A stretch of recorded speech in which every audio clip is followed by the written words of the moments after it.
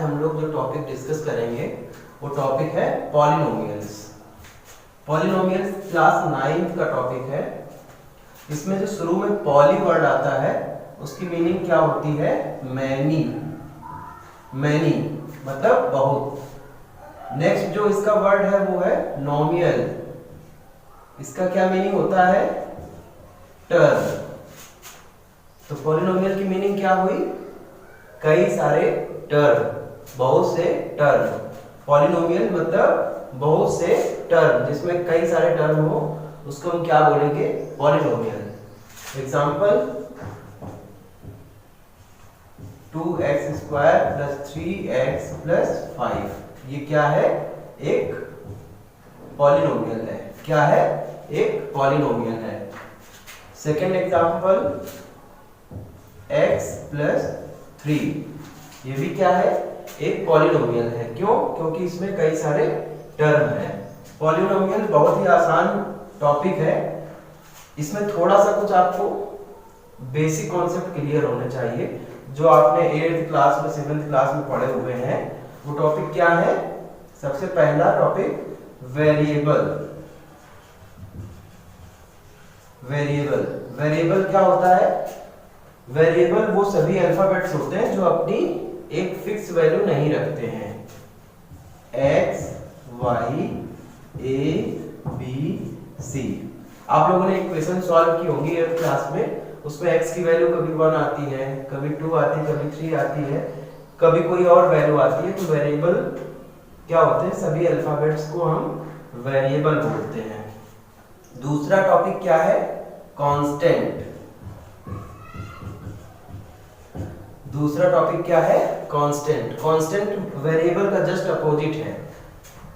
Variable क्या होता है? जो अपनी वैल्यू चेंज करता है, और कांस्टेंट क्या होता है? जिसकी फिक्स वैल्यू होती है, नेवर चेंज, फिक्स वैल्यू। जैसे 1 2 3 4 जितने भी नंबर्स होते हैं वो सभी होते हैं कांस्टेंट, क्योंकि उनकी वैल्यू फिक्स होती है, वो कभी चेंज नहीं होती।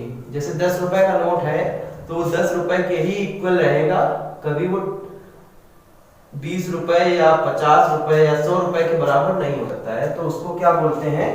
कांस्टेंट, क्योंकि उसकी वैल्यू वही रहने वाली है। अब जो 9th क्लास में चैप्टर 2 है पॉलिनोमियल, उसकी पहली एक्सरसाइज बहुत आसान है। उसमें बोला गया है केवल पॉलिनोमियल को आइडेंटिफाई करना, कौन पॉलिनोमियल है और कौन पॉलिनोमियल नहीं है। पॉलिनोमियल तो बड़ा आसान है, जिसमें कई सारे टर्म होंगे वो पॉलिनोमियल हो जाएगा। लेकिन कुछ ऐसे होते हैं जो पॉलिनोमियल नहीं होते हैं, लेकिन दिखने में वो पॉलिनोमियल के जैसे ही लगेंगे। तो उनको कैसे हम पहचानेंगे? उसके लिए हमको कुछ पॉइंट्स याद करने पड़ेंगे। पहला पॉइंट ये कि कोई भी हमारा जो वेरिएबल है वो रूट के अंदर नहीं होना चाहिए। जैसे ये इक्वेशन हम फिर से ले ले रहे हैं, 2x square plus 3x plus 5, ये क्या था? पॉलिनोमियल था। अब अगर इसमें ये जो x है ये रूट के अंदर होगा तो ये पॉलिनोमियल नहीं होगा। ऐसी कोई और इक्वेशन ले लेते हैं, x square minus 3 root x plus 1, ये भी क्या है? पॉलिनोमियल नहीं है। पॉलिनोमियल नहीं है। क्यों नहीं है? उसका रीजन क्या हुआ? क्योंकि इसमें जो वेरिएबल है हमारा वो रूट के अंदर आ रहा है, इसलिए ये पॉलिनोमियल नहीं है।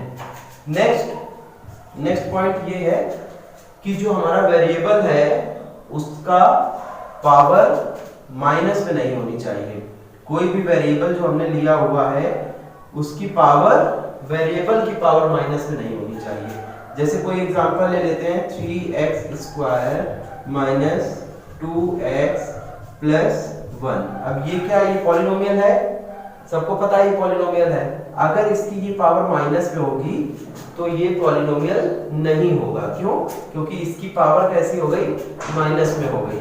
अगर ये पावर यहाँ पर माइनस की नहीं हो रही, यहाँ पर अगर पावर -1 हो जा रही है x की, तो भी ये पॉलिनोमियल नहीं होगा। 3x स्क्वायर माइनस 2x की power -1 plus 1 is not a polynomial. तो ये पॉलिनोमियल नहीं है। ये दोनों पॉइंट क्लियर हो गए? Everyone getting my point? तो थर्ड पॉइंट बहुत ही आसान है। थर्ड पॉइंट में क्या है कि जो हमारा वेरिएबल है वो किसी के डिवाइड में नहीं रखा होना चाहिए, किसी टर्म के डिवाइड में नहीं होना चाहिए। जैसे कोई एक एग्जांपल लेते हैं, x square plus 3/x plus 2। अब इसमें x कहां पर आ रहा है, x अपॉन में आ रहा है, तो ये भी पॉलिनोमियल नहीं होगा। पॉलिनोमियल नहीं होने के लिए क्या होता है कि अगर पॉलिनोमियल नहीं है तो उसको कैसे पहचानेंगे, उसके लिए क्या होता है, पहला रूल क्या है कि हमारा जो वेरिएबल है वो कभी भी रूट के अंदर नहीं होना चाहिए। दूसरा रूल क्या है कि हमारे वेरिएबल की पावर माइनस में नहीं होनी चाहिए। तीसरा रूल क्या है कि हमारा जो वेरिएबल है वो कभी भी डिवाइड में नहीं रखना है। अगर वो डिवाइड में रखा हुआ है तो फिर पॉलिनोमियल नहीं होगा। ये तीनों पॉइंट क्लियर हो गए सभी को। तो एक्सरसाइज जो पहली होगी पॉलिनोमियल की, उसमें आइडेंटिफाई वाले पूरे क्वेश्चंस आप कर लेंगे। इसके बाद नेक्स्ट एक और भी उसमें क्वेश्चन पूछते हैं, डिग्री ऑफ पॉलिनोमियल पूछते हैं। डिग्री ऑफ पॉलिनोमियल तो बच्चों वाला खेल है। डिग्री ऑफ पॉलिनोमियल में क्या करते हैं कि जो सबसे बड़ी पावर होती है वही आंसर होता है। जैसे सपोज ये पॉलिनोमियल को हम ले रहे हैं, इसकी अगर डिग्री बतानी है तो इसकी डिग्री क्या होगी, इसकी डिग्री क्या रहेगी, सबसे बड़ी पावर। जो सबसे बड़ी पावर है वही इसकी डिग्री हो जाएगी इस पॉलिनोमियल की। तो इसकी सबसे बड़ी पावर क्या है, 2। इसकी सबसे बड़ी पावर क्या है, 2। तो इसकी डिग्री क्या हो गई, 2। अब कोई और एक इक्वेशन ले लेते हैं, जैसे x³ plus 2x square plus x minus 1। इसकी डिग्री बतानी है। बहुत आसान है, सबसे बड़ी पावर जो होगी वही डिग्री हो जानी है। तो डिग्री क्या हो गई, इसकी डिग्री हो गई, सबसे बड़ी पावर क्या है, 3। तो इसकी डिग्री क्या हो गई, 3।